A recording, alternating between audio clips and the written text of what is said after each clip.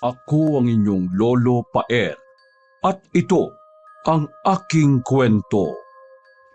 6 na taon ng sakristan si Joro sa simbahan sa probinsya ng Nueva Ecija. Kada taon, nagninilay-nilay ang binata kung para sa kanya ba talaga ipinagkaloob ang ganitong uri ng debosyon. Kung ang paglilingkod ba sa Diyos ang gusto niyang tahaking landas hanggang siya'y magpari. Maraming beses na siyang nag-alangan. Dahil na rin sa mga problemang dumating sa pamilya niya. Maski na rin sa pangarap na gusto niyang matupad. Hindi lang naman kasi ang simbahan ang dapat niyang pagtuunan ng pansin, kundi ang kanyang sarili at minamahal sa buhay. Pero sa huli, mas pinili niyang manatili sa pagiging sakristan sapagkat ito ang nasa puso niya. Palagi siyang binubulungan ng kung sino man na bumalik siya sa paglilingkod. Tila tinatawag talaga siya palagi ng Diyos at patuloy pa ring namamanata upang kalugdan siya sa mga desisyong kailangan niyang isakripisyo sa pagsisilbi sa Diyos. Hanggang isang araw, may nakilala ang binata na hindi lang magiging katuwang niya sa pagsisilbi sa Panginoon, kundi magiging matalik din niyang kaibigan. Masigit pa doon ang mararamdaman niya dito. Bagong lipat ang kapitbahay ni Joros na si Aling Imelda at Rocco. Sumapit ang isang linggo na hindi lumabas ng bahay ang mag-inang yun sa hindi malamang dahilan. Kaya pinag-usapan sila ng sobra ng mga kaprobinsya niya na baka may itinatagong sikreto ang mga ito na magbibigay maling impresyon at tsismis sa mga nakapaligid sa kanila. Isang malaking palaisipan pa sa binata kung bakit tuwing gabi ay minsan ay nakakaamoy siya ng kandila sa bahay na yun na mag-ina. Maliban doon, nakakarinig din siya ng mga bulong na hindi niya mawari kung ano. Dahilan upang magising siya na madaling araw. Ipinagkibit balikat lamang yun ni Joros. Siguro baka trip lang nilang magsindi ng mga kandila. O baka nagdadasal lang gayong may kuryente naman sa bahay nila na magsisilbing liwanag. Kadalasan ay hindi niya maiwasang mag-overthink na baka magkasunog kung iiwan ng kanilang kapitbahay na nakasindi pa rin ang mga kandilang naaamoy niya sa kabila. Gigising na lang din kasi siya ng maaga, nalalanghap niya pa rin ang simoy ng kandila hanggang sa kanyang paglabas. Halos magkaedad lang sina Joros at Rocco. Matanda lang siya ng 1 taon. 19 siya habang si Rocco ay 18. Isang araw ay nagkasalubong sila ang pareho pero naging mailap si Rocco noong una. Nahihiya siguro sa isip-isip niya. Subalit di kalaunan, kinubo na rin siya ng binata nang makita siyang nakasuot ng sutana upang magpunta sa simbahan para magsilbi sa Panginoon. Nakuryoso si Rico kung ano ang isinusuot niya at kung para saan. Sinabi niya ng tapat ang obligasyon niya sa simbahan. Nagka-interes noon ang bagong lipat na binata.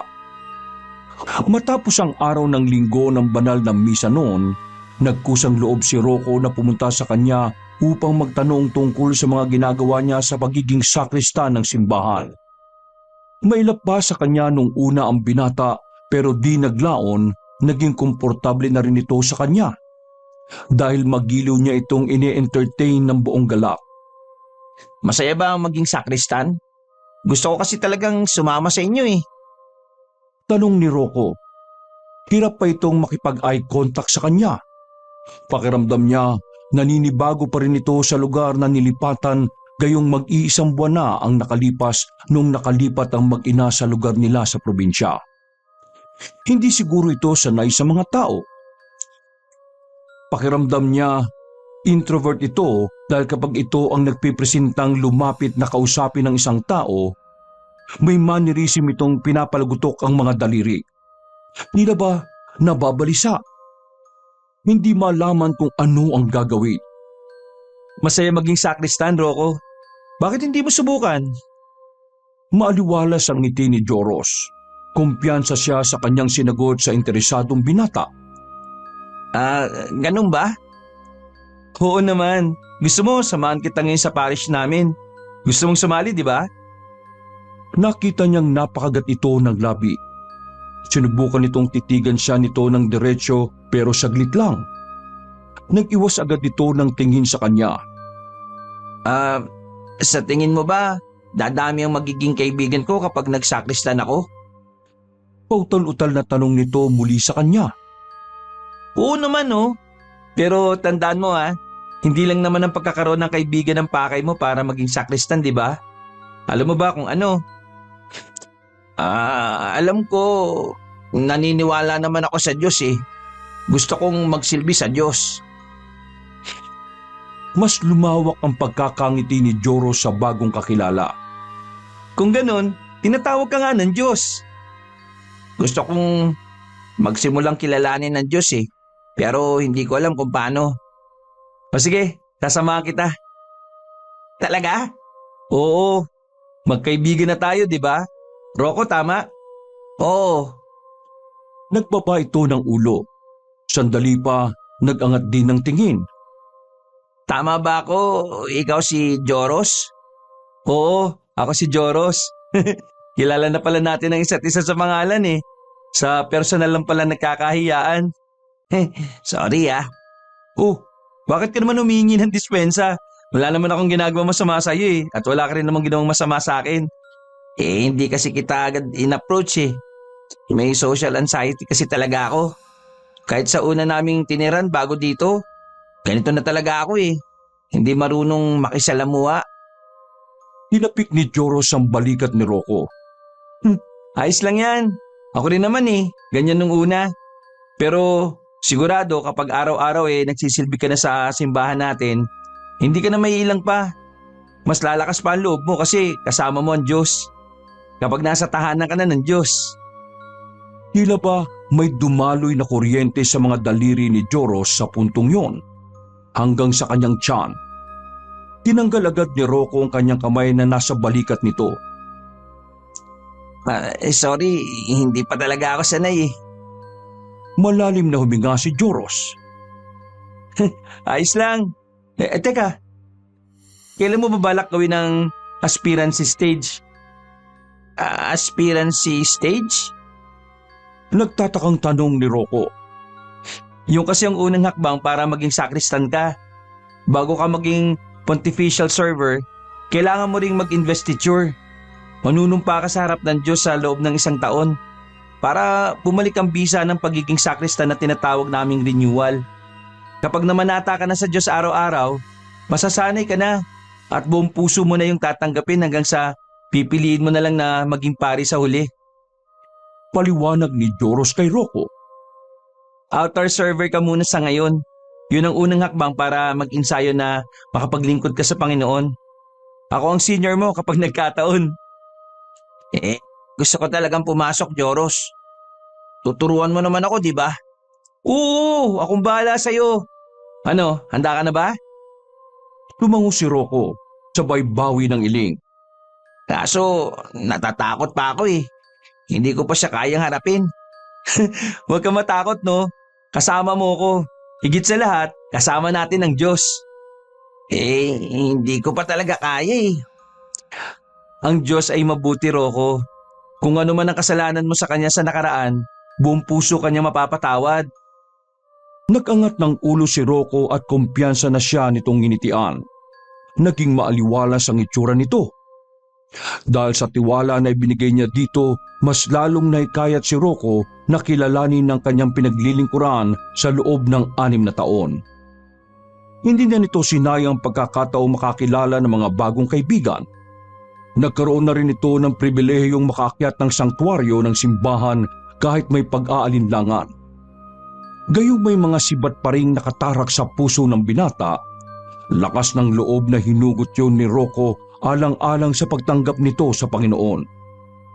Ipinakilala na rin ni Joros kay Rocco kung sino ang kura parokong namumuno sa parish priest na kanyang pinagsisilbihan. Si Father Mike na 2 taon ang pari sa simbahang yon. Nakapalagayang loob agad ni Rocco ang mga altar server at mga senior na nagsisilbi sa tahanan na yun ng Diyos. Yun ay dahil sa kanya, kay Joros. At habang tumatagal na inaalalayan niya ang binata, Lingid sa kaalaman ni Joros, unti-unti nang nahuhulog si Rocco sa kanya. Ganon din si Joros kay Rocco. Dahil sa dedikasyong hindi lang makilala ang kanilang sinasamba, kundi maski ang isa't isa. Ganito humawak ng kandelabra, chest out, at buong pagmamalaki ka dapat na nakatingala. Saka tingin ka sa harap ng altar. Tapos, diretso kang maglalakad.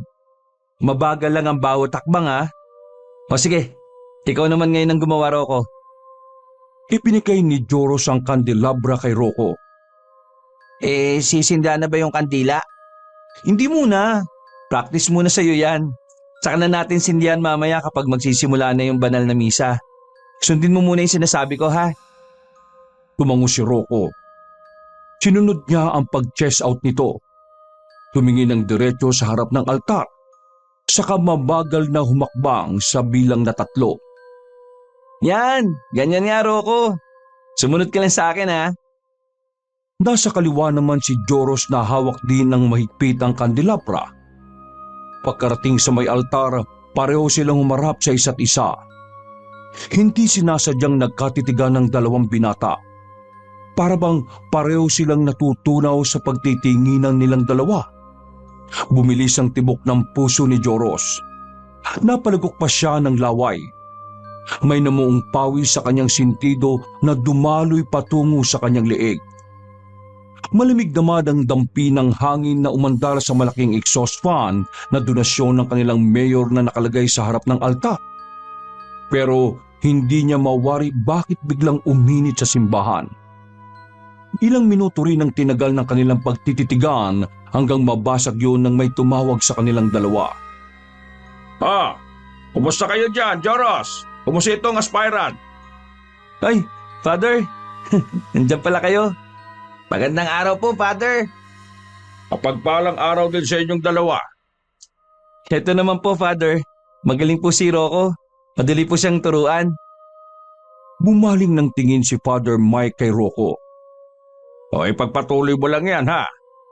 Kapag nagtuloy-tuloy ka, mapapantayan mo din tong si Joros. Balak mo rin bang pumasok sa seminaryo? Ilang segundo siyang nag-isip. Pwede rin naman po kung ipagkakaloob po ng Panginoon. Nag-aalangang tingin ang iginawad niya kay Rocco. Parang malungkot ang mga mata nito. Hindi ka namin pinipilit, ha? Pero kung magtutuloy-tuloy kang magsilbi sa matagal na panahon, baka yun ang sign. God bless at good luck, ha? Joros, ikaw na munang bahala, ha? Opo, Father. Nang makapasok na si Father Mike sa opisina, niyaya na niya si Rocco na pumasok na ng kumbento para makapaghapunan. Rocco, naangawit ka na ba? Ibaba mo muna yan, kain muna tayo. Hindi pa rin matinag si Rocco. Nakahawak pa rin ito sa kandelabra habang nakatingin sa kanya. Huy, Rocco, ibaba mo na yan, tara na. Doon lang nabasag ang nakakatunaw na titig ni Rocco sa kanya. Ibinaba na nito ang mahigpit na pagkakahawak sa kandelabra. Nasa po nito ang balikat na nangangalay. Pinaikot-ikot ng binata ang braso. Ramdam naman ni Joro sa itsura ng aspirant server na nasaktan nito. Lumapit siya at hinilot ang balikat ni Rocco. Sabi ko naman sa iyo ibaba mo na kapag hindi mo kaya. Malumani na saad niya dito habang sinasalat ang balikat ng kaibigan. Pwede na kaya? Napakunot ang noo ni Joros. Anong pwede na? Sabi mo kasi, ibaba ko na kapag hindi ko na kaya. Pwede na kayang ibaba ko na rin ang nararamdaman ko na ito para sa'yo? Nagulat ang binata sa salita niyang binitiwan nito sa kanya. Ha? Bakit? Nilunon niya ang sariling laway. Hindi ko na kasi kaya Mas nadoble pa ang gulat na bumaka sa kanya mukha. Parehong nangamatis naman ang magkabilang pisngi ni Joros sa isiniwalat na nararamdaman ng kaibigan. Rocco, ano ba yung sinasabi mo? Pick-up line ba yan? Hindi. Totoo ito, Joros. Narinig niya ang pagbuntong hininga ng binata. Kailangan ko na sigurong mangumpisal kay Father Mike, Joros. Ayokong ipagtapat sa iyo itong nararamdaman ko. Mabuti siguro kung kay Father na lang. Kasalanan tong nararamdaman ko eh. Diretsuhin mo na nga ako. Ano bang gusto mong sabihin talaga? Gusto na kita, Joros. Nagugustuhan na kita. Lumingalinga si Joros sa paligid sa loob ng simbahan. Umalingaw-ngaw kasi ang boses na yun ni Rocco. Ang lakas loob na pagtatapat nito sa kanya. Rocco, ano ba? Nakakahiya. Doon tayo sa labas ng simbahan. Aya ni Joros sa kanya. Kasalanan bang magsabi ng tapat at totoo? Ano ba? Rocco naman eh. Doon nga sabi tayo sa labas. Hindi. Dito lang tayo. Kailangan marinig mismo ng Diyos ang nararamdaman ko para sa iyo. Alam mo ba, Joros? Unang kita ko pa lang sa iyo. Parang may kung anong palaso ni Cupido na tumama dito sa puso ko eh. Tinuro pa nito ang kanyang dibdib. Sa iyo lang ako naglakas ng loob na kausapin ka. Kasi yung vibe mo sa akin, napakaliwalas mong tingnan. Ikaw ang nagbigay ng liwanag sa akin sa dilim na meron ako. Sa pamilya ko. Mas lalong pinagpawisan si Joros. Tagaktak na. Para na siyang naliligo sa sariling pawis. Gustong-gusto na niyang hubarin ng mainit niyang suot na sutana pero hindi niya magawa dahil bawal yon sa harap ng Panginoon. Sinaway niyang muli si Rocco na ngayon ay seryoso na sa mga sinasabi. Rocco, pwede ba pag-usapan natin to sa labas? Huwag dito, please. Ano bang ikinakaya mo, Jo? Shh! Ano ba? Hinaan mo nga yung boses mo. Nahiya ka kasi alam kong may nararamdaman ka rin sa akin, no? Hindi nga. Ang akin lang naman, hindi to ang tamang pagkakataon na pag-usapan natin yan. Nandito tayong dalawa sa loob ng simbahan. Mauubos ang oras natin kung yang nararamdaman mo ang pag-uusapan natin ngayon. May mahalaga tayong dapat gawin sa Panginoon. Kaya sana, makisama ka para sa Kanya. Ang itim sa mata ni Joros ay tinuon sa malaking krus sa gitna ng altar. Napako sa krus na yun ng isang nilalang na naghihirap. Nakadipa ang dalawang kamay nito na nakakabit sa magkabilang krus. Duguan. May koronang tinik na nakakabit sa ulo. Hindi naman kasalanan umibig sa kapwa lalaki, di ba? Ibinalik ni Joros ang mata niya sa kaharap. Alam mo, Rocco, hindi kasalanang umibig. Pero huwag sa kapareho mo. Kasalanan yun. Tatapatin na kita ha. May nararamdaman din ako sa'yo. Pero ayoko magkasala sa Diyos. Bawal sa Diyos itong nararamdaman hating to. Ang lalaki ay para lang sa babae. At ang babae ay para lang sa lalaki. Mag-focus lang tayo sa Panginoon. Yun na lang ang ibigin natin pareho. Ang paglingkuran siya hanggang dulo. Nasagot pa sana ang kanyang kaibigan pero tinalikuran na niya ito. Halika na. Sama-sama na kayong kumain ng mga altar server. Susunod na lang ako. May server vigil tayo mamayang gabi ha. Kailangan may lakas ka para mamaya. Bagsak ang balikat na kinuha na lamang ni Rocco ang kandelabra habang tinatanaw na palayo si Joros. Nainasikaso ang kampana at pinatunog yun ng malakas. Masyado ba akong naging malupit kay Rocco? Dapat pala, tinanggap ko na lang yung pag-amin niya sa akin eh. Kasi sa tingin ko, mahal ko na rin talaga siya eh. Malakas ang bawat paghatak ng lubid na nakakonekta sa malaking kampana ng simbahan. Sa bawat pagkalembang niya, ang kurot sa dibdib niya kalakip ang pagsisising binitiwan niya sa kaibigan. Malalim na napabuntong hininga si Joros. Hinarap niya si Rocco na mag-isa na lamang na kumakain sa parokya habang ang kapwa nito aspirant server na katatapos lang magtanghalian ay nagtungo na sa mga nakatoka na gawaing pangsimbahan. Napangiwi niya itong tinabihan. Tanging mga kubyertos lamang ang maririnig sa loob ng parokyang yon. Nauna na siyang magsalita. Saluhan na kita, pwede ba? Walang nakuhang tugon si Joros kay Rocco. Nagpatuloy lamang ito sa paglantak ng pagkain. O sige, aalis na lang ako. Dead ma talaga. para bang wala itong naririnig mula sa kanya. Sama na nga lang kita. Total, wala ka rin namang kasabay na kumain eh. Nagsandok na siya ng kanin sa may kaldero. Malamig na yun. Pero ang pakbit nitong ulam mainit-init pa. Kaya sapat na yun upang maging ganado siyang kumain. Tiningnan niya si Rocco na hindi pa rin siya binabalingan ng tingin. Halata ang tampo sa itsura nito. Gumawa na ng hakbang si Joros upang mag-usap silang dalawa. Humingi na siya ng tawad dito. Rocco, sorry ah. Kasi in-invalidate ko yung nararamdaman mo. Alam ko sincere ka sa mga sinabi mo kanina sa altar pero gusto ko lang sabihin sa iyo na hindi masama ang magpakatotoo. Pero hindi lahat ng pagpapakatotoo sa sarili ay mabuti. Pero sana naman kahit umamin ka sa akin at umamin din ako sa iyo, magkaibigan pa rin tayo para sa iisang layunin, para sa Panginoon. Nagsalin na si Rocco ng isang malamig na bote ng tubig sa babasaging baso. Tangka na sana itong tatayo upang makaiwas sa kanya pero hinuwakan niya ang kamay nito. Rocco, magkaibigan. Higit pa sa magkaibigan ang gusto kong sabihin.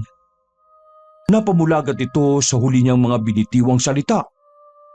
Ibig bang sabihin nun hindi naman masama ang magkaroon tayo ng relasyon basta pareho tayong nagsisilbi sa Panginoon? Matatanggap niya kaya tayong dalawa? Kasi mahal natin ang isa't isa.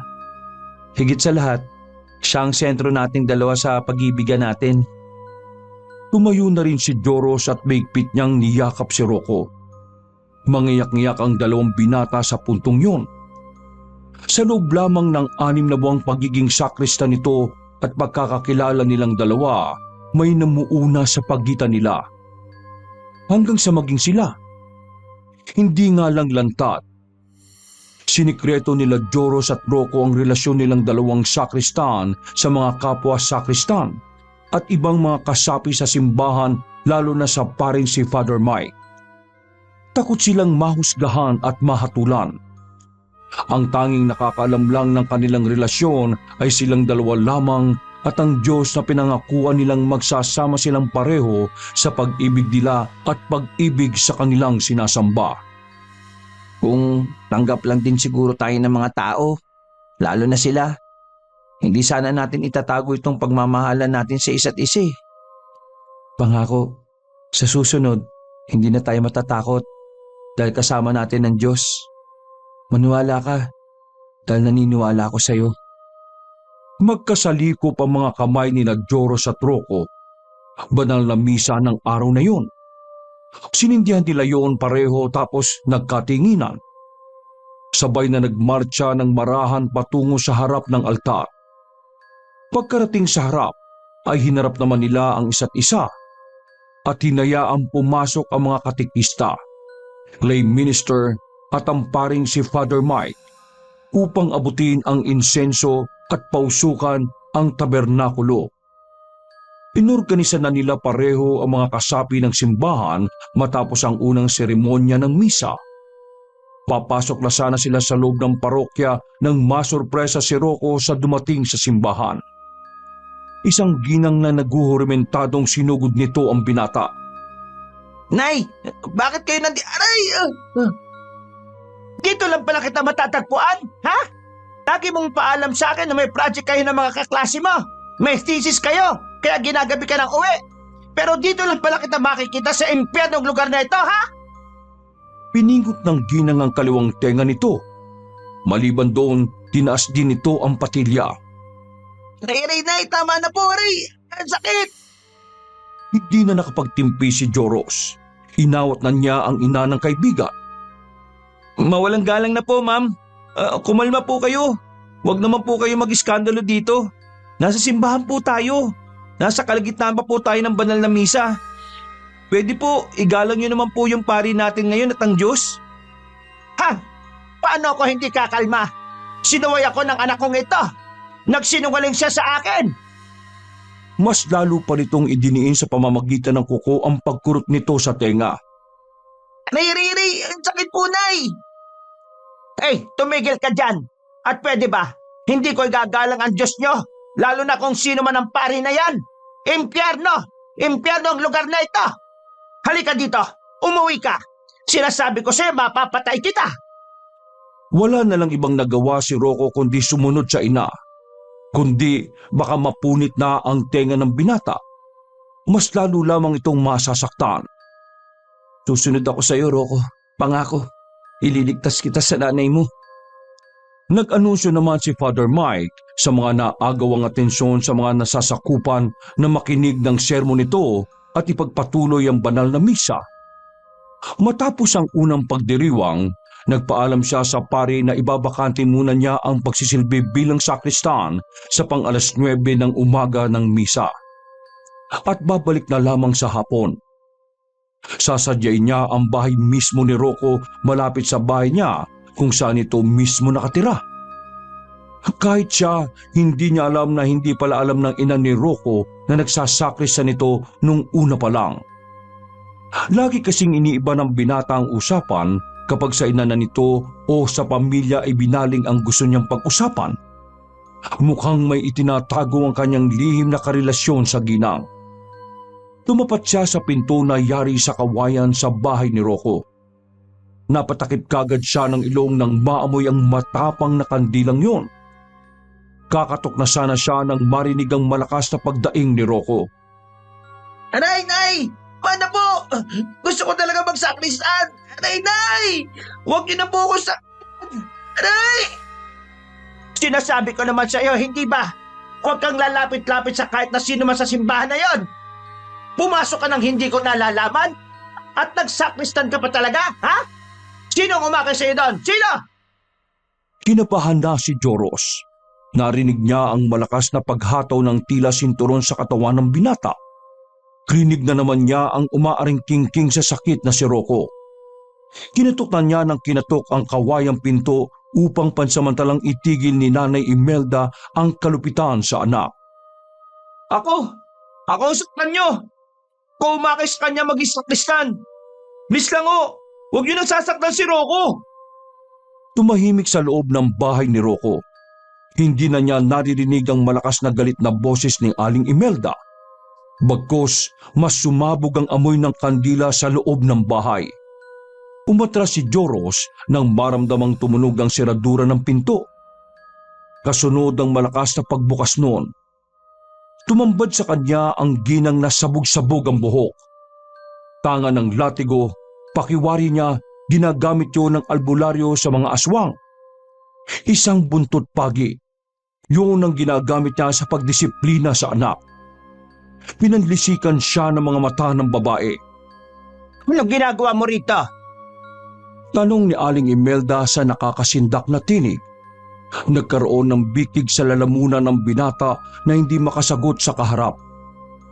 Sa pagpako ng tingin nito sa kanya, ganon din ang mga paa niyang ipinako din sa lupa na hindi niya maigalaw. Huwag kang makialam sa amin ng anak ko. Bumalik ka kung saan ka nang galing. Nilakasan na lamang niya ang loob. Huminga siya ng malalim at matapang na nagsalita. Ako po yung kapitbahay niyo nila, Rocco. Ako po si Joros. Yan lang po yung tirahan namin, no? Nagkaroon na rin ng boses si Joros at nakasagot kay Aling Imelda. Matagal ko na pong kaibigan ng anak po ninyo. Unang buwan pa lang po nung lumipat po kayo. Kaibigan ko na po siya. At sino ka may karapatan para kaibiganin mo ang anak ko? Ikaw ang pasimuno kaya natuto magsinungaling yan eh. Ikaw din ang pasimuno kaya nakapasok siya sa pesteng simbahan niya. Ganyan ba ang natutunan mo bilang sakristan ng tahanan ng sinasamba niyong Diyos? Ha? Pinanlakihan siya ng mga mata ni Aling Imelda. Hindi siya pumayag na magpatalo. Nagpantig na ang kanyang tenga sa lumalabas na di kaaya-aya sa bibig ng babae. Huwag mo na kayong manghusga ng kapwa niyo, ma'am. Nasa puso po ng anak niyo ang paglilingkod sa Panginoon.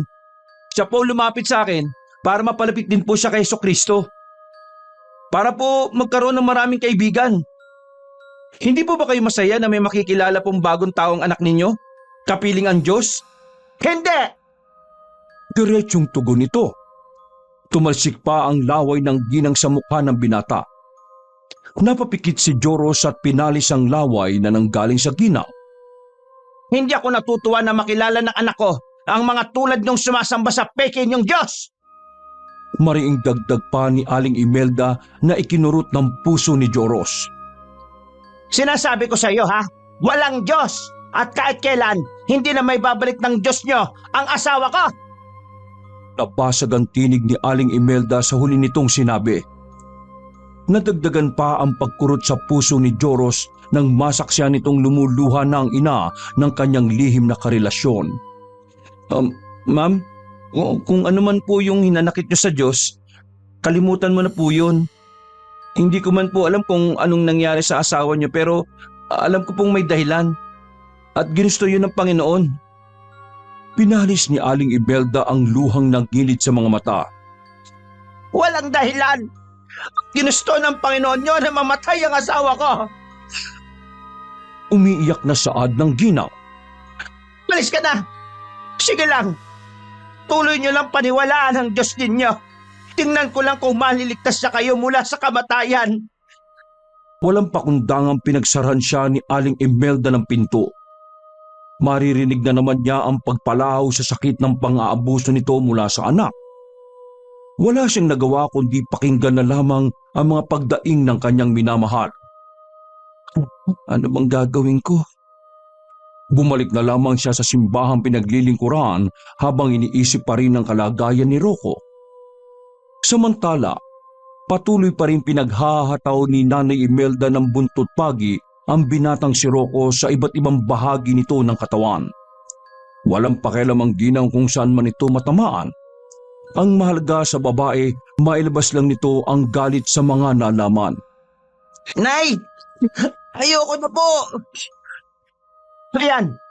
Yan ang nararapat sa iyo para magtanda ka ng todo! Ano? Magsasakristan ka pa? Ha? Punong-puno na ng latay ang katawan ng binata. Pagod na ang boses ni Rocco sa kakasigaw. Tanging ang pag-ungol na lamang ang maririnig nito sa loob ng bahay.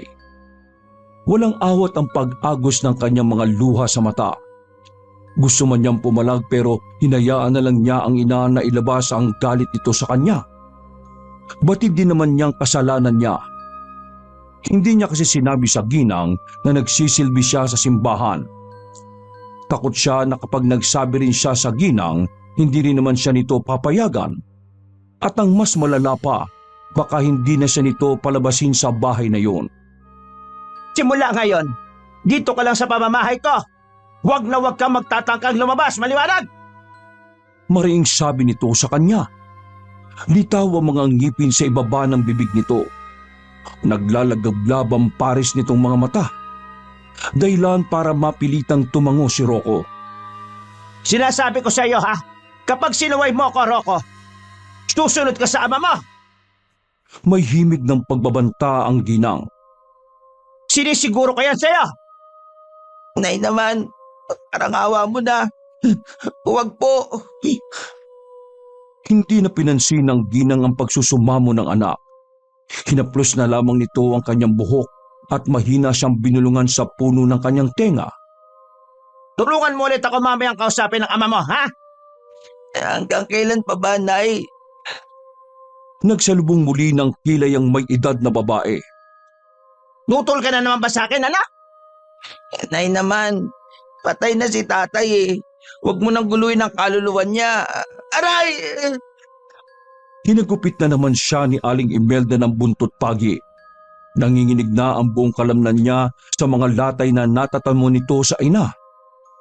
Nak, hindi ka pa nasasabik sa ama mo. Dahil ako, sabik na ako sa kanya. Gusto na siyang makausap. Lumutang na ang emosyon ng ginang nang mailabas nito ang damdamin sa anak. Kahit isang taon na ang nakalilipas, simula nang pumanaw ang ama niya mula sa isang malubhang sakit, hindi pa rin nakaka-move on si Aling Imelda. Araw-araw, gabi-gabi pa rin ipinagluluksa ng ginang ang pagkawala ng asawa. Nay, kahit ako rin naman eh, hindi ko rin maiwasang sumagi sa isip ko si tatay. Pero Nay, sana naman matanggap mo nang wala na siya. Ibagdasal na lang natin ang dasal! Tinanggal ni Aling Imelda ang tumutulong sipon sa ilong bago sagutin ang binata. Dasal talaga? Ha? Yung pagrorosaryo ko nga dati at taimtim na pagdarasal ko sa simbahan, walang nagawa para iligtas ang tatay mo mula sa malalang sakit na yan. Kung sasabihin mo sa akin, ipagdasal? Hindi! Hindi na ako naniniwala sa mga peking pananampalataya. Kung noon lang sana, ginamit ko na ang nalalaman ko sa itim na karunungan. Buhay pa saan ang ama mo ngayon? Natamemi si Rocco. Hindi na niya alam ang isasagot sa inang may puot sa itaas. Mamaya, bumili ka ulit ng 100 itim na kandila. Paubos na oh. Tatawagin natin ang ama mo. Sana'y makausap na natin siya mamaya. Iniwan na niya si Aling Imelda sa kaawa-awang kalagayan nun. Umaling siya sa larawan ng ama na may nakakahawang ngiti. Habang may nakapaligid na nakasinding mga itim na kandila rito na malapit ng maupos. Isa-isa nang binabakbak ni Rocco gamit ang maliit na kutsilyo ang mga naupos na itim na kandila na nakadikit sa sahig. Ang mga natanggal na niyang kandila, isinilid niya sa isang plastik. Hindi lang niya maiwasang hindi mapangiwi sa sakit kapag humahapdi ang mga latay na natanggap niya kanina sa ina. Dumako ulit ang paningin niya sa litrato ng amang nasa gitna. Nandun din ang puting urn nito na naglalaman ng abo ng kanyang ama. Panaka-naka siyang humihikbi nang maalala ang tatay niyang noong nabubuhay ito. Tuluyan ang bumuhos ang kanyang luha sa puntong yun. Tay, bakit mo naman kasi kami iniwan ni nanay eh? Hindi ka man lang lumaban nun sa sakit mo.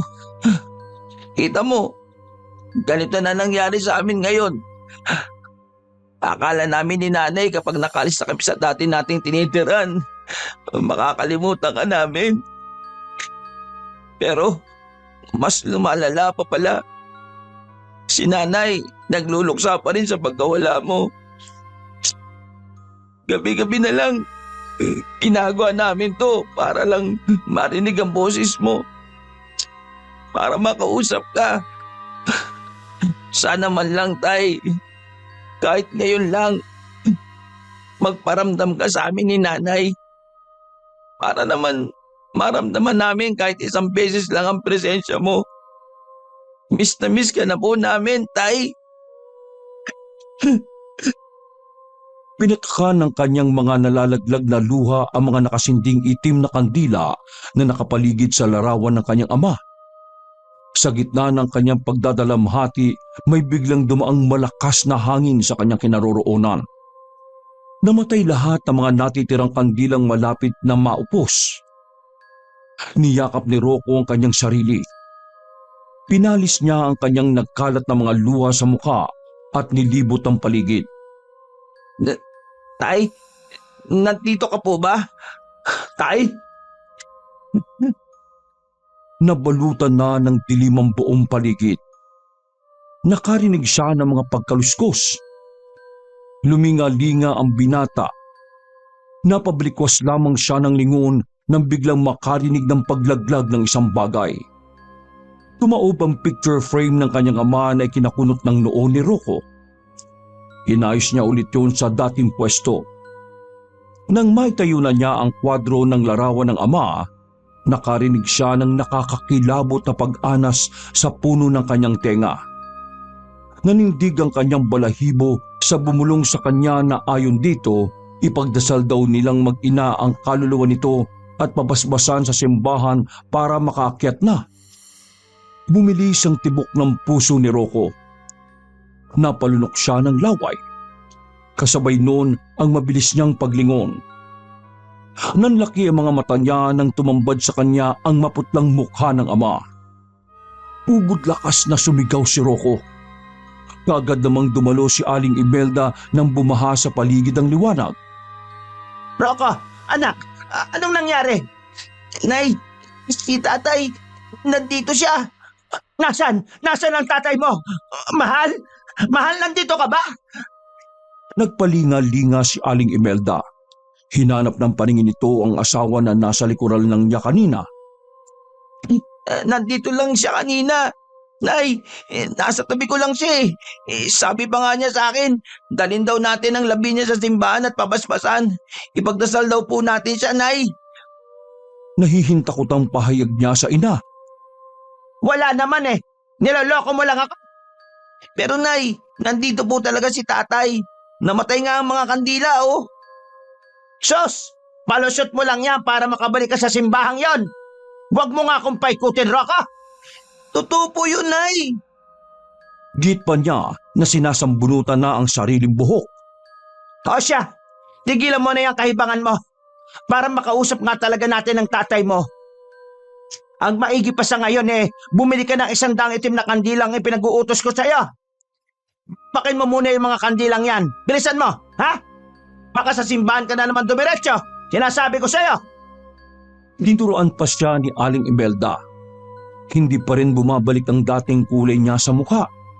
Nakarehistro pa rin sa utak niya ang anyo ng maputlang mukha ng amang nagmamakaawa ang mga mata. Gayong hindi pa rin makarecover sa takot nang gulatin siya ng multo ng tatay niya. Sinunod na lamang niya si Aling Imelda. Baka magtatatalak na naman ito. At matamaan na naman siya ng buntot pagi. Bumili siya sa grocery ng ilang balot ng itim na kandila. Takang-taka naman ng tindera kung aanin niya lahat yon. Di na lang niya sinagot ang nagtanong na tindera at mabilis siyang umuwi. Mag-aalas 6 na, Rocco. Sindihan mo lahat ng kandila. Ituros mo na. Kumilos na si Rocco. Isa-isa niyang siningdihan lahat ng itim na kandila at pinaligiran ng nakangiting larawan ng ama. Matapos siyang masindihan ng 100 itim na kandilang yon, may dinukot na maliit na itim na libro si Aling Imelda dun sa bulsa ng duster nito. Simulan na natin ang pagtatawag sa kaluluwa ng tatay mo, anak. Pilit nang ngumiti ang binata. Tumango na lamang siya kahit nag-aalinlangan. Binasa ng ginang ang unang linyang nasa itim na libro. At habang nagpapatuloy ang ritual na binabasa ni Aling Imelda, sa pamamagitan ng itim na karunungan, mas tumatapang ang amoy ng kandila. Mabilis yun na natutunaw. Ipinikit na nito ang mga mata. Sa pagdilat ng ginang, wala nang itim ang mga mata nito. Nasanay na si Rocco sa mga nakakakilabot na ginagawa nilang mag-ina tuwing gabi. Kaya hindi na gaanong kumakabog ang dibdib niya kapag tinatawag nila ang amang namayapa.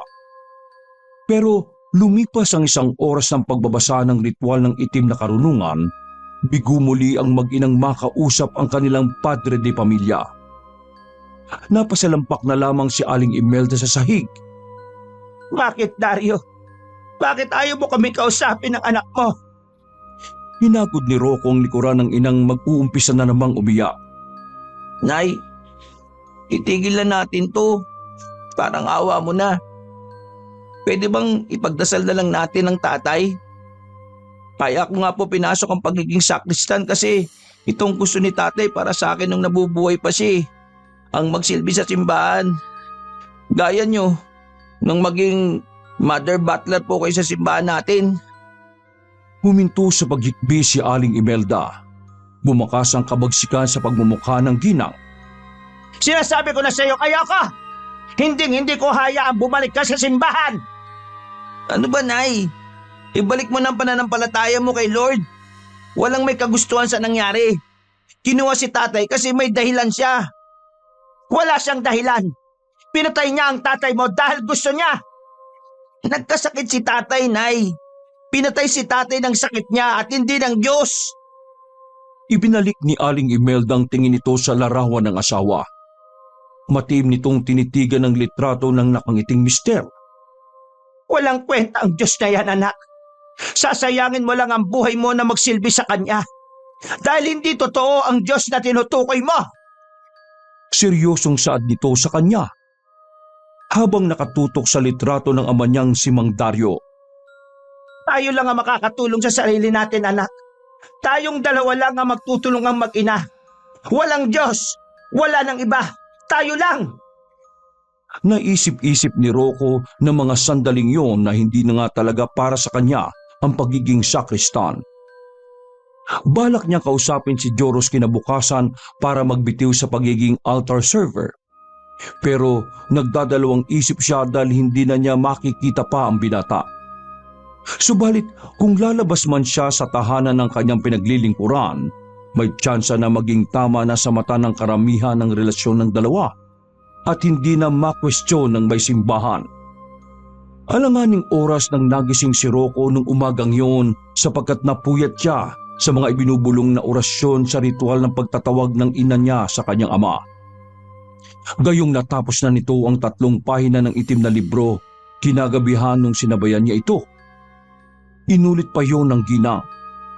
Hindi ito sumuko na baka magparamdam na sa ina niya si Mang Dario. Tirik na ang sikat ng araw nang bumangon ng binata. Tinaon niyang tulog naman ang inang napuyat sa kakasambit ng orasyon. Ubos na rin ang mga kandilang nakapaligid sa urn ng kanyang ama. Siguro, bibili na lamang siya ulit ng 100 itim na kandila matapos siyang makapagpaalam sa kura paroko ng simbahan sa Nueva Ecija na si Father Mike at ang nagpasok sa kanyang sakristan na lihim niyang karelasyon na si Joros. Tumunyap siya sa bahay ni Joros kung may tao pa doon. Nakakandado ang pinto. Kumpirmadong nakaalis na ang binata. Nasa parokya na. Sigurado siyang nagsisilbi na ito sa simbahan. Dumiretso siya sa simbahan ng parokya. Bukas ang tarangkahan ng parish kaya pumasok siya at hinarap si Joros. Malikot ang kanyang mga mata noon. Nilibot niya ang buong parokya. Maski sa opisina ng simbahan, ipinagtanong ni Rocco sa mga kapwa niya sakristan kung nasaan si Joros. Pero hindi pa daw ito dumarating. Naghintay muna si Rocco ng mga ilang sandali. Habang naghihintay, naupo muna siya sa upuan ng mga parokyang makikibahagi ng banal na misa sa umagang yun. Tinitigan niya ang krus sa harap ng altar. Wala sa isip niya na lumuhod at magdasal habang wala pa si Joros at ang pari. Taimtim siyang nag-usal ng panalangin. Humingi ng tawad at tahimik na umiyak habang sinasambit ang pag-usal niya ng dasal. Nginoon, patawarin mo ako sa aking gagawing pagbibitaw bilang tagapaglingkod mo. Hindi nga talaga para sa akin ang pagiging sakristan. Pero sana, hipuin mo po ang puso ng aking ina na ibalik niya ulit ang tiwala niya sa inyo. Panginoon ko, sana patawarin mo din ako kung nagmahal ako sa kapwa ko lalaki. Hindi ko gustong mahulog sa kapareho kong kasarian. Mahirap ibaling ang atensyon kong magmahal sa taliwas kong kasarian. Pero hindi naman matuturuan ng puso, di ba? Kung sinong mamahalin natin. Mahal mo kami, Panginoon. Sana mahalin mo rin kung sino ang dapat naming mahalin. Isa pa pala, Panginoon. Si tatay. Malakas siyang napahikbi nang mabanggit niya ang ama sa kanyang dasal. Sana si tatay matanggap na ni nanay na wala na siya. Matahimik na po ang kaluluwa ni tatay. Naputulang susunod niyang sasabihin sa dasal ng kanyang ama nang may bumulong sa puno ng kanyang tenga. Isang pamilyar na pag-anas. Ilibing na raw ito sa tahimik na lugar at pabasbasan. Biglang dumilat si Rocco sa nakakakilabot na pag-anas na yon. Napabalikwas siya ng lingon. Tay? Pinalis niya ang mga takas na luha. Hinanap niya ang kanyang amang nagparamdam. Tay, patawarin mo kami ni nanay kung hindi ka pa namin kayang pakawalan. 1 taon na rin ang nakakalipas pero di pa rin kami makamove on ni nanay sa'yo. Kausapin mo naman siya para gumana ang pakiramdam niya. Sabihin mo sa kanya na patahimikin ka na. Tanggapin na niya na wala ka na. Tay, magpaalam ka sa amin kasi biglaan eh. Hindi ka man lang magpaalam sa amin bago ka malagutan ng hininga. Habang pinapalis niya ang mga luhang nagkalat sa kanyang mukha, May nagmagandang loob na nag-abot sa kanya ng kulay maroon na panyo ng itim na Nazareno. Nagangat siya ng mukha kung sino yon. Tipid siyang napangiti at inabot din yon bago ipunas yon sa kanyang mukha. Nakakaya. Nakita mo pa ako umiiyak. Naupo na siya mula sa pagkakaluhod. Tinabihan naman siya ni Joros na nakasuot na ng mahabang puting sutana. Ayos lang umiyak, ano ka ba? Iyak mo lang bro. Gagaan din ang pakiramdam mo. Isang mahigpit na yakap ang ipinadama ni Joros sa kanya. Hinagkan niya rin to at doon ay ibinuhos niya ang emosyong gustong kumawala sa kanyang dibdib. Jo, patawad ah. Patawad kung magbibitiw na ako bilang sakristan. Kaagad na kumalas ng pagkakayakap si Joros sa kanyang sinabi. Ha? Ano? Hinunasan ni Rocco mga luhang nagkalat pa sa kanyang pisngi bago ipinaliwanag ang pag-alis sa paglilingkod sa simbahan. Hindi ko kayang iwan si nanay sa bahay. Baka kung ano na ang gawin niya sa sarili kapag nalaman niyang itutuloy ko itong pagsasakristan ko. Mapapaliw yun sa pag-aalala, Jo. Bakit ba ayaw niyang magsakristan ka, Rocco? Ano bang dahilan? Hindi ko maaaring sabihin sa iyo, Jo eh. Umiling pa siya para malaman itong hindi niya papahintulutan ng sariling magkwento pa sa madilim na background ng kanyang pamilya. Hindi. Pero, boyfriend mo ko, Rox. Boyfriend mo rin ako. Kaya irespeto mo ang desisyon ko. Hindi inaasahan ni Joros ang isinagot ni Rocco sa kanya. Nalaki ang kanyang mga mata na nag-iiling. Rox, bakit ayaw mo magkwento? 6 na buwan na tayo magkarelasyon, pero hindi mo man lang nasasabi sa akin ang problema mo sa pamilya. Si nanay mo, nagsinungaling ka sa kanya at sa akin na boyfriend mo. Kaya nga alis na ako sa parokya eh. Hindi mo magugustuhan kapag nalaman mo ang misteryo ng pamilya namin, Jo. Hindi ko talaga maintindihan eh. Hindi mo talaga maintindihan kasi hindi mo ako naiintindihan. Tumayo na si Rocco sa mahabang upuan. Ibinalik nito sa kamay niya ang maroon na panyo ng itim na Nazareno. Mabuti pa. Tapusin na natin to, Jo. Sa paglabas ko ng simbang to, ang pagtatapos ng relasyon na rin nating dalawa. Salamat ah. Pero Rox, Tama na, Jo. Kasalanan to eh. Tigilan na natin ang pagpapanggap nito sa harap niya na pinagsisilbihan natin. At sa mga kapwa natin naglilingkod din sa Diyos. Kapabuyan to eh, hindi pagmamahal. Bumaba ang ulo ng binata sa binitiwang salita ng kanyang lihim na kasintahan na ngayon ay nakikipagkalas na sa kanya. Pinanood na lamang niya si Rocco na iniluluwa ng simbahang yon habang nagpipigil ng luha. Nang mawala na sa paningin niya ang nakipaghiwalay na binata, naudlot ang luhang tatakas na sana sa kanyang mga mata. Nang makarinig ng pag-anas sa puno ng kanyang tenga, nangalisag ang kanyang mga balahibo sa boses na yon na nanggagaling sa kailaliman ng lupa. Tulungan daw itong matahimik, alang-alang sa anak daw nitong si Rocco at kay Imelda. Lumingon siya't nagpalinga-linga, ngunit wala pa naman gaanong tao sa loob ng simbahan para makidalo sa banal na Eucharistia. Nagkibit-balikat na lamang si Joros at sininop ang mga kagamitan para maayos na ipasok sa tabernakulo. Bakit, Rox? Bakit mo sinukuan ang relasyon natin? Habang isinasalansa ng mga kasangkapan sa altar, hindi matanggal sa isip niya ang pakikipagkalas ni Rocco sa relasyon nila dahil lamang sa ina nitong pinagbabawalan ng binata bilang tagapaglingkod sa Diyos. Sinubukan niyang alisin sa utak niya si Rocco para makapag-focus sa ginagawa. Malapit nang matapos ang misa at nasa parte na sila ng banal na komunyon. Inililigpit na lang nilang mga sakristan ang plate communion at aluminum communion bread tray nang di sinasadya ay malaglag ng isang altar server ang gintong lalagyan ng ostya na ilalagay na sana sa tabernakulo. Nagkalat ang natitirang banal na tinapay sa sahig. Nagkrus sa magkabilang kilay ng kura parokang si Father Mike. Galit na sinaway nito ang binatilyong sakristan. Hindi nag-iingat.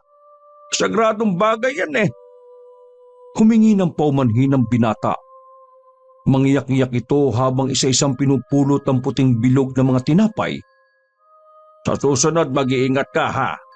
Kapag naulit pa yan, papalitan kita.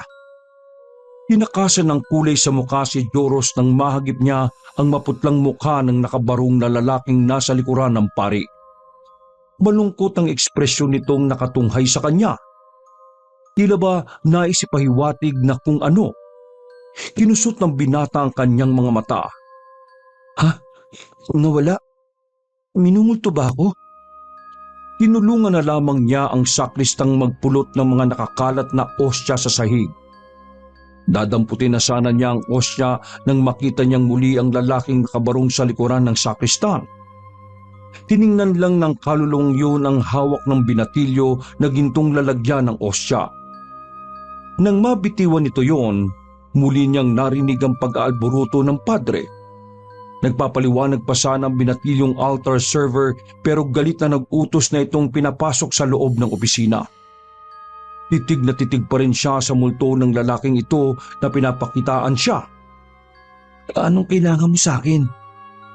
Marahang lumalabo ang figura nito hanggang sa tuluyang maglahong parang bula nang hindi nito sagutin ang katanungan niya. Bilisan mo dyan, Joros. Lampas na tayo ng 1 oras sa misa, oh. Tarantang kumilos na si Joros ang nakahinga siya ng maluwag nang maayos niyang naipasok ang gintong lalagyan ng ostya sa tabernakulo.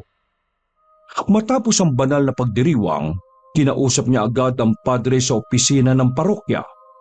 Kamuntikan na kasi nitong masermonan ng kapwa sakristan. Kaya gumawa agad siya ng aksyon na kausapin ito sa nangyayaring kakaiba kanina sa banal na komunyon. Father, may tanong po ako. Joros, ano yon?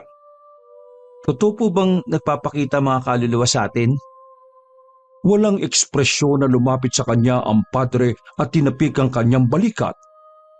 Kung nakikinig ka lang sa mga sermon ko, malalaman mo yon. Sabihin ko lang po ang totoo sa inyo, Father. May nakita po kasi akong kakatuwang nilalang kanina sa banal na komunyon. Sa likuran pa po ninyo mismo, Father. Hindi ko po alam bakit siya nagpakita sa akin at bakit siya nakabuntot sa inyo. Isa pa, si Jason. Hindi siya ang gumawa ng kapalpakan na malaglag niya nang hindi sinasadya yung sagradong kasangkapan, kundi yung lalaki nagpakita sa akin. Gumuhit sa pagmumukha ni Father Mike ang pagtataka. Pinanliitan pa siya nitong tingnan ng diretso sa mga mata. Totoo ba sinasabi mo sa akin, Joros? Tumango ang binata. Totoo po, wala pong halong kalokohan. Bumuntong hininga ang padre. Ang kaluluwa kasing hindi matahimik. Sa palagay ko nagpapakita talaga yan sa atin kapag may gusto silang sabihin sa atin na hindi nila nasabi nung nabubuhay pa lamang sila. May pagsisisi, may hinanakit sa sarili. O di naman kaya humihingi sila ng tulong para makamit ang hustisya o katahimikan. Sa palagay ko kaya nagpapakita sa iyo ang kaluluwang yon. Maaring ikaw ang makakatulong sa kanya para matahimik na siya. Mahina pero paulit-ulit na tumango si Joros. Kung ganun po, Father, pwede mo po ba ako matulungan na makilala kung sino yung kaluluwang nagpapakita sa akin? Hindi po kasi pamilyar sa akin yung lalaking yun na nagpapakita sa akin. Hindi ko rin po kaano-ano. Hindi ko alam kung anong pakay niya sa akin, kung paano ko siya matutulungan. Muli ay bumalik ulit sa walang ekspresyon ng itsura ng padre. Marami akong obligasyon bilang pare ang kailangan kong unahin sa ngayon, Joros. May pagmimisaan pa ako sa kabilang bayan.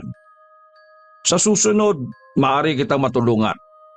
Pero sa ngayon kung sakaling magpakita man siya sa iyo uli, huwag ka matakot. Usapin mo siya ng mainahon. At angkinin mo sa sariling matutulungan mo siya. Napangiti ang binata. Salamat po, Father, sa payo po ninyo.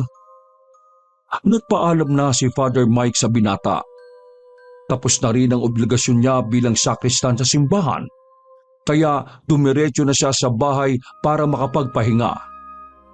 Pagkarating sa kanyang tahanan, hinubad na niya kagad ang puting sutana. Nagpalit siya ng sando. Hihiga na sana siya nang makaramdam ng hindi kaaya-ayang presensya sa paligid. Gaya ng pinayo ng pari sa kanya, kinausap ni Joros siya ng mahinahon. Alam kong nandito ka. Magpakita ka sa akin. Huwag ka matakot. Tutulungan kita. Ano bang kailangan mo? Humangin ng malakas.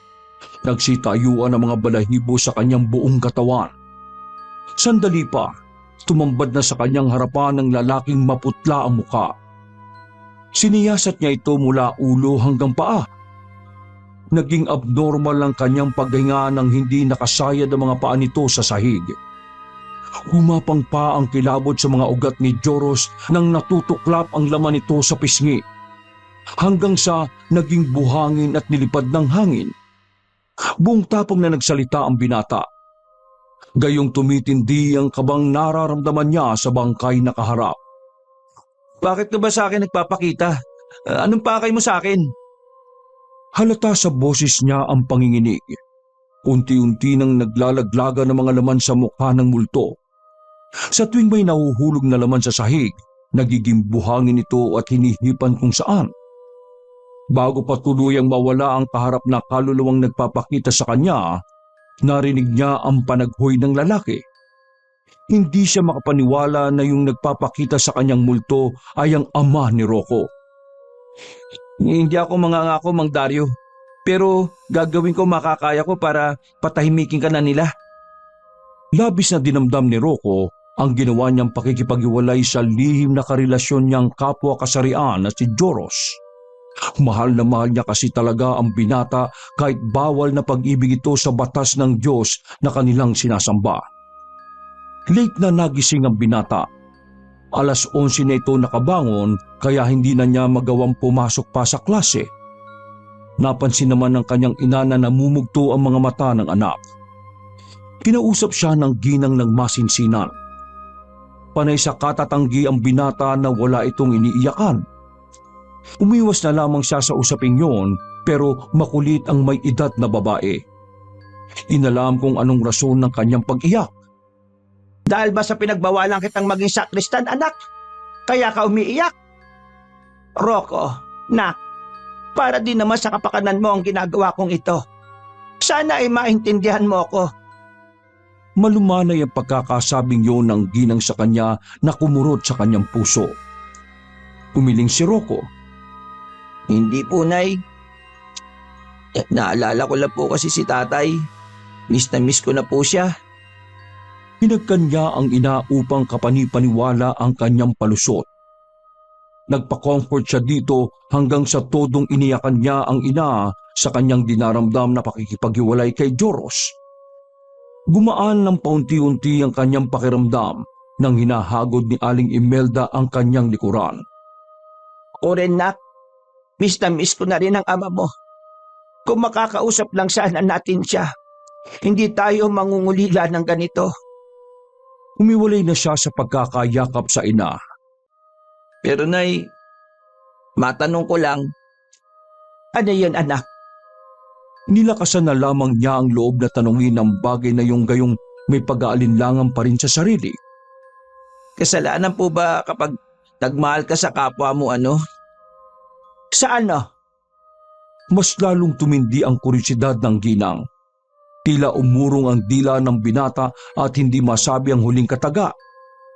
Sa kapwa mo lalaki? Ngumiwi siya at nagtaas ng kaliwang kilay. Di niya malaman kung ano ang naiisip ngayon ng kanyang ina sa puntong yon. Parabang may halong pagsisisi ng tinanong niya yon kay Aling Imelda nang mag-iba ang timpla ng itsura nito.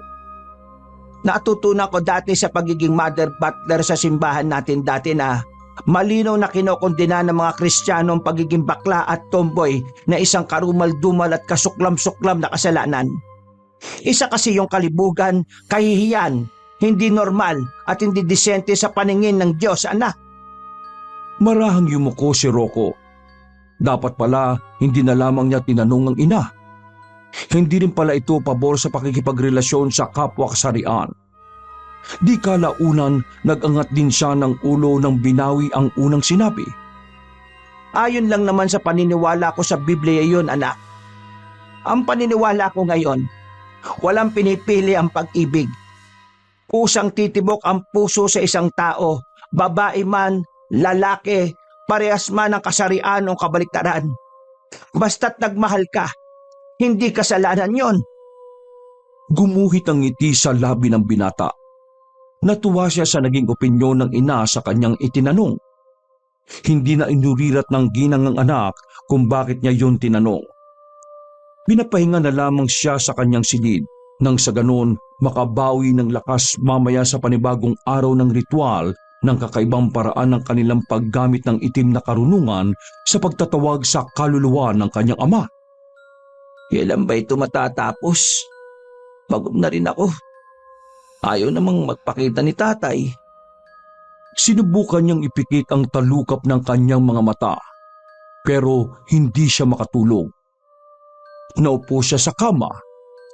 May sumagi sa isip niya na kalkalin sa bodega ang itim na garbage bag kung saan isinilid ng kanyang ina ang mga damit at kagamitan ng kanyang yumaong ama.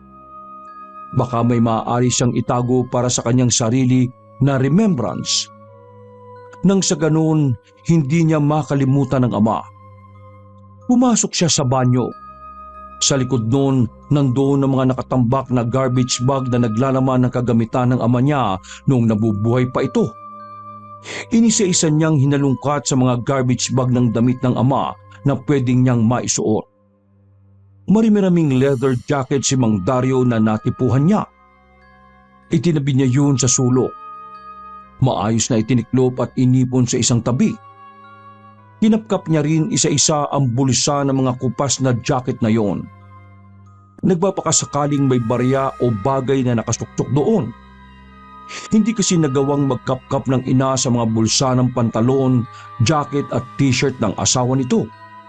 Sa kadahilanang nais na nitong maitago lahat na magpapaalala sa asawa, pero sa kabila noon, mas tumindi lang ang pangungudila ng ginang. Kaya kahit noong lumipat sila sa probinsya sa Nueva Ecija, binitbit pa rin nila ang mga garbage bag na naglalaman ng mga kagamitan ni Mang Dario. Sa kanyang paghahalungkat at pagkapkap sa mga damit at pantalon ng yumaong ama, may natagpuan siya sa bulsa ng uniforme na pampulis na kupas na litrato. Tiningnan niya, pinaglumaan na yon. Black and white kasi ang larawang yon na nakatago sa bulsa ng uniformeng ito.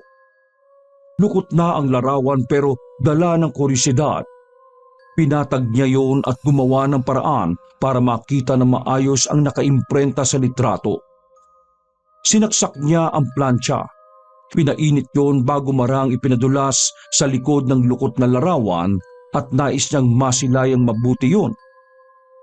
Unti-unti ay nasisilayan na niya ng maigi ang figura na nasa larawang yon. Nanliit ang mga mata ng binata nang may dalawang lalaki na sa pakiwari niya, nasa 18 pareho ang edad. Magkakbay ang dalawang lalaki, dalawang binata na nasa litrato. Pamilyar din ang simbahan kung saan kuha ang larawang yon na panahon pa ng dekada 80. Nang mamasdan niya pang maigi, siyasatin ang mukha ng dalawa, napakagat siya ng labi nang may pagkakahawig siya sa isang binatang naroon. Teka, si tatay ba ito? Saglit niyang naitutup ang bibig at nagulantang sa nadiskubre. Ibig bang sabihin nito, may karelasyon si tatay dati na lalaki? Bago niya nakilala si nanay noon? Napailing siya sa naisip. Pero sino tong kakbay ni tatay? Hindi niya masyadong namukhaan ng binatang kaakbay ng ama nung binata pa ito. Pero mahabang puti ang suot ng kaakbay ng ama niya noon. Sa kabilang banda, inisip niya rin na baka nga matalik na kaibigan lang yun ni Mang Dario. Maniniwala na sana siya na best friend yun ng kanyang ama nang may mabasa siya sa likuran ng lukot na larawang yun na labis niyang ikinagulantang. Nanginginig niyang binasa ng marahan ng cursive writing style na galing sa lalaki ng kanyang ama. Para sa minamahal kong Dario. Masakit man para sa akin ang gagawin kong ito, pero nakapagdesisyon na ako. Papasukin ko na ang seminaryo. Mag-ingat ka palagi. Baunin mo itong litrato natin na magkasama. Ito na ang huling regalo ko para sa iyo. Wag na wag mo na akong guguluhin pang muli. Nagmamahal, Michael. Pinalikan ni Rocco ang litrato ng dalawang magkaakbay na pinagluma ang larawan. Makailang beses siyang umiling bago napagtanto ang karelasyon ng ama niya noon. Ha? Hindi ito maaari. Si Father? Anak, ano yan? Bakit ka nandyan? Dali-dali niyang ilalagay na sana sa kanyang bulsa ang kupas na litrato, pero huli na nang madatnan siya ng ina sa bodega. Ano yung tinatago mo, anak? Umukit sa mukha ng ginang pagtataka. Oh, wala po ito, Inay. Akin na yan. Akin na. Hindi na nagawang magkaila ang binata. Huling-huli na siya sa akto ng itago niya ang revelasyong magpapagulo sa sitwasyon ng kanyang mga magulang. Nay, kasi po, Akin na sabi yan eh. Nanginginig na inabot niya sa ina ang lukot na litrato. Mabilis na inago yun ng ginang.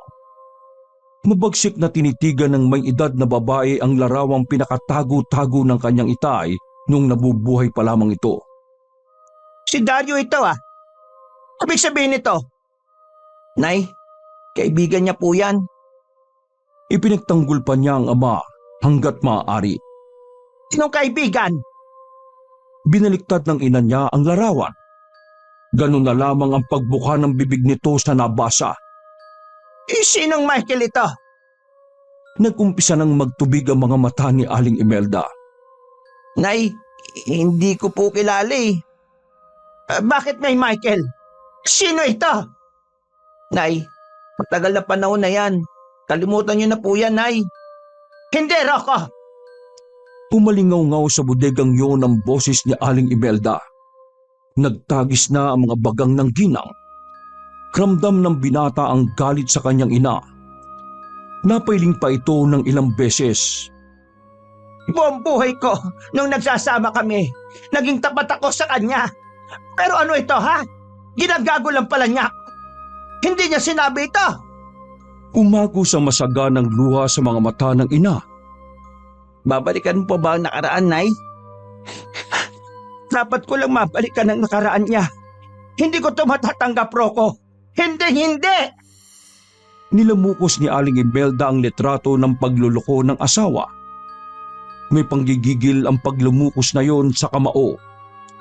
Tinalikuran na siya ng ina at nagtungo sa altar ni Mang Dario.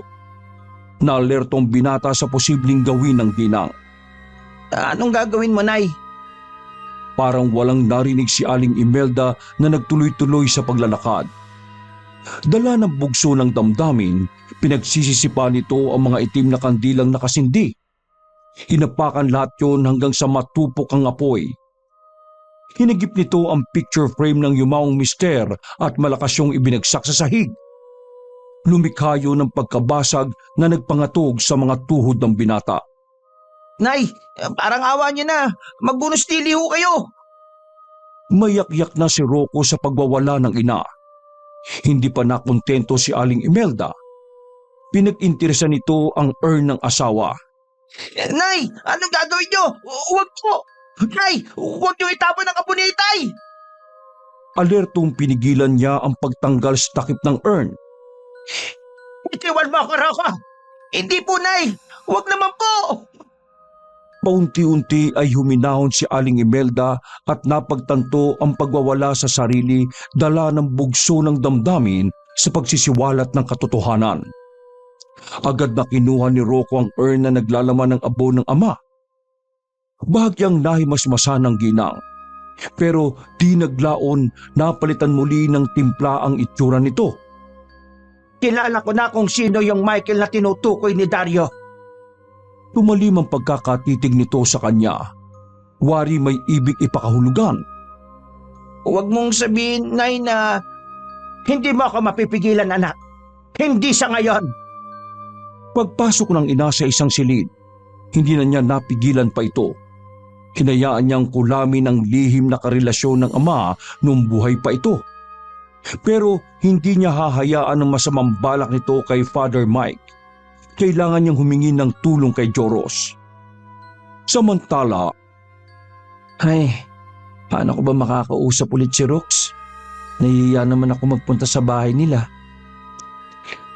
ilang araw nang balak kausapin ni Joros ang binatang si Rocco para kausapin tungkol sa pananahimik ng multo ng ama nito. Gabi-gabi na lang kasing nagpaparamdam si Mang Dario sa kanya. Wala siyang maayos na tulog. Nagpapakita ito sa kanyang panaginip. Madaling araw nagigising siya.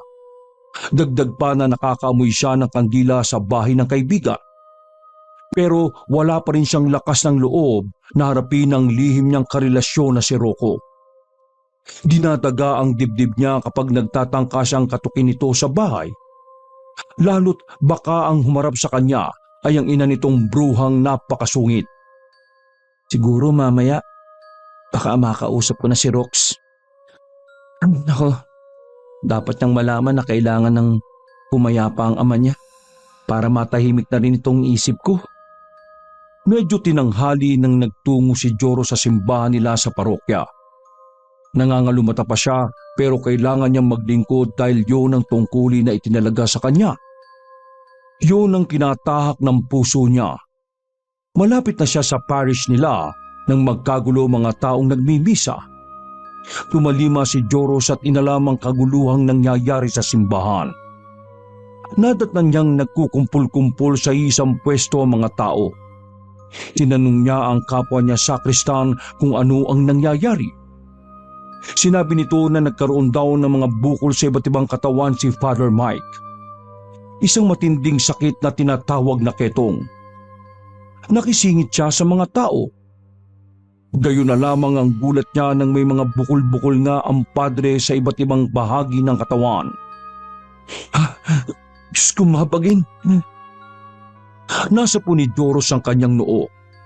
Awang-awa siya sa karimari-marim na kalagayan ng alagad ng Diyos. Huwag kayong mabahala, mga minamahal kong parokyano. Gagaling ito. Pagagalingin ako ng Diyos. Humalak ang pari. Animoy may nakabara sa dibdib nito na hindi mailabas-labas. Voluntaryong nilapitan niya si Father Mike. Sinuri niya ang mga bukol na kusang tumutubo sa katawan ng pari. Father, kailangan niyong madala sa ospital sa lalo madaling panahon. Hindi to simpleng sakit lang. Binaram po kayo. Napansin niyang sa bawat bukol na nagiging pigsa, may kumikibot sa loob noon na gustong kumawala. Mas pinakatitigan niya pang maigi yun. Isa yung langaw at sa ibang bukol na pilit tumatakas doon ay ibang insekto naman. Hindi, Joros. Hindi ako pupunta sa ospital. Dito lang ako sa simbahan. Papagalingin ako ni Jesus. Ramdam niyang unti-unti nang nanghihina si Father Mike. Subalit wala siyang magawa sa pasaway na pari. Ayaw nitong magpadala sa pagamutan. Mas naniniwala ito na may liligtas ito ng krus na tinitingala niya ngayon. Napapayak na lamang si Joro sa awa nang nababalutan na ang pari ng mga bukol. Saktong dumating si Rocco na hingal para sabihin ang maaaring mangyari. Si nanay, baparangin niya si Father. Kumainlan lang ang mga pagagulgol na nasa simbahan na naabutan niyo ng binata. Sumisigaw na si Joros at pinipilit gisingin si Father Mike. Anong nangyari, Jo? Hinarap siya ng binata. Huli ka na, Rox. Patay na si Father Mike. Bumigay ang mga tuhod ni Rocco sa ibinalita sa kanya ni Joros. Napaluhod na lamang siyang natunghayan ang kalunos-lunos na kalagayan ni Father Mike sa kamay ng mangkukulam at mambabarang niyang ina. Patawarin niyo kami. wala akong nagawa para mailigtas si Father Mike. Tinulungan siyang itayo ng kaibigang sakristan. Wala kang kasalanan, Rox. Tandaan mo yan. Naniniwala ako napakabuti mong tao. Hindi mo gusto ang mga nangyayaring ito. Mahigpit niyang niyakap si Joros. Pareho silang nakaramdam ng kakaiba. Ramdam ang tibok ng puso ng bawat isa. Miss na kita eh. Hindi ko pala kaya na mawala ka. Ako rin. Mas lalo lang akong mababaliw kapag hindi kita nakita eh. Mahal na mahal kita. Mahal na mahal din kita. 3 araw lang ang naging burol ni Father Mike bago ito sinunog sa krematorium. Iniligay ang abo nito sa simbahan kung saan naging kura paroko ang lalaki sa humigit 2 dekada sa probinsya ng Nueva Ecija. Ipinadampot naman ni Rocco ang kanyang ina sa mga pulisya. Sa salang pagpaslang sa pamamagitan ng nalalaman itong itim na karunungan sa pari. Labag man sa kalooban ng binata ang ginawa niyang isuko ang sariling magulang, ngunit wala siyang pagpipilian kundi ipagkanulo si Aling Imelda. Mali ang pamamaraan nito ng pagkitil ng kung sino mang nilalang na nabubuhay dito sa ating daigdig. Hindi katanggap-tanggap. Kahit na niloko ito ng asawa noong nabubuhay pa lamang ito, kasalanan pa din sa batas ng tao at sa Diyos ang pagpatay. Matigas naman ang paninindigan ng ginang. Wala raw itong pinagsisisihan sa ginawa. Nagbitaw pa ito ng kataga na magsama sila ng ama ni Rocco sa kabilang buhay. Nalungkot si Rocco sa mga nangyayari.